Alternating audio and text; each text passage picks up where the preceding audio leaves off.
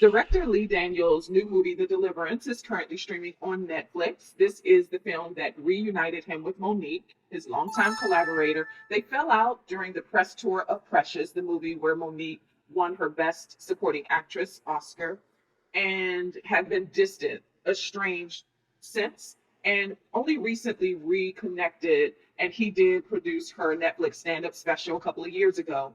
So they've been on the mend. This is the first movie that reunites them. And I've been waiting for it since they announced that they would be working on a movie together.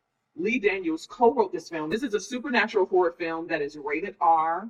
And it's centered around, again, a true story. It's centered around an Indiana family who moves into a new home and finds that it is possessed. They're already going through challenges based on, trying to make ends meet, taking care of a terminally ill mother. The kids are adolescent and growing. They have defects. The mother, played by Andra Day, has defects down her neck because she's done time in jail. She has trouble with alcohol and is struggling to hold the family unit together with her husband overseas in the military. So that's the family drama aspect. But in this new house, it is possessed, and it's been a demon that has been following her for her whole life, pretty much, because she does have a checkered past. It just really fast loses focus because it's not sure what it really wants to be. The story is unfocused, and so it just spirals out of control very, very fast. I can imagine that this cast wanted to work with Lee Daniels and was blind to the fact that this would be the project. Because this is based on a true story, these actors probably looked up the story and said, yeah, I want to work on this project with Lee Daniels. His name has a lot of pull. He's a great director otherwise, despite this work here. But I imagine they didn't know that this is what it would be, but they gave their best effort because there are some really great performances in here.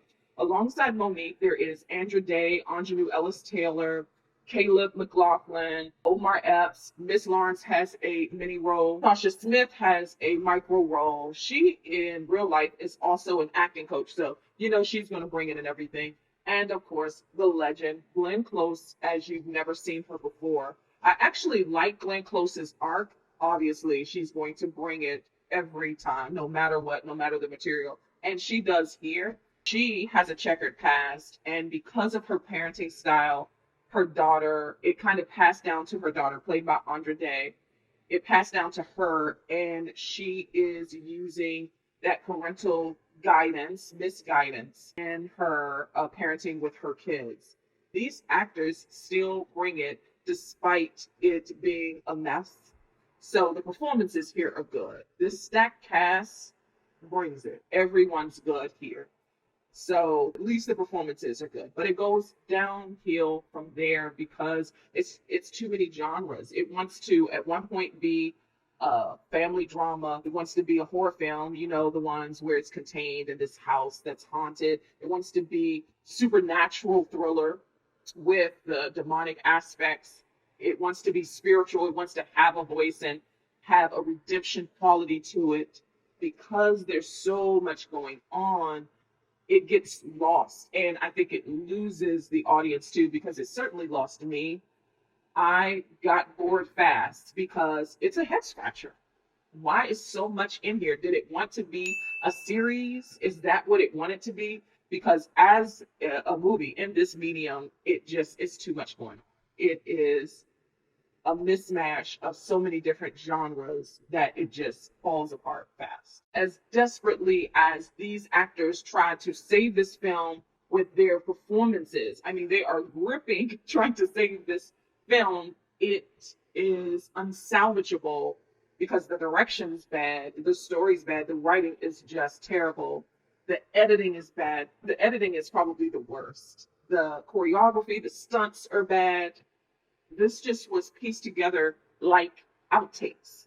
These seem like the takes that didn't belong in the film. Like these should have been cut.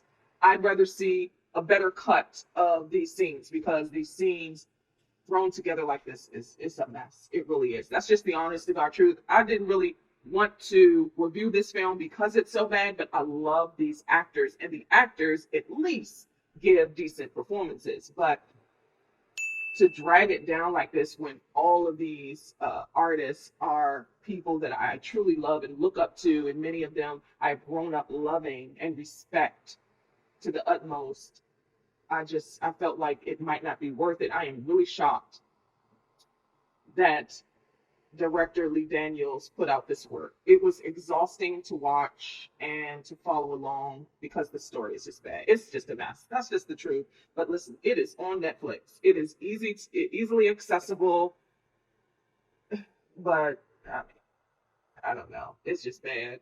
It's just a bad movie. It's not the worst of the year. It's not another church movie. That's still the worst of the year so far. But it's bad. At any rate, The Deliverance is currently streaming on Netflix.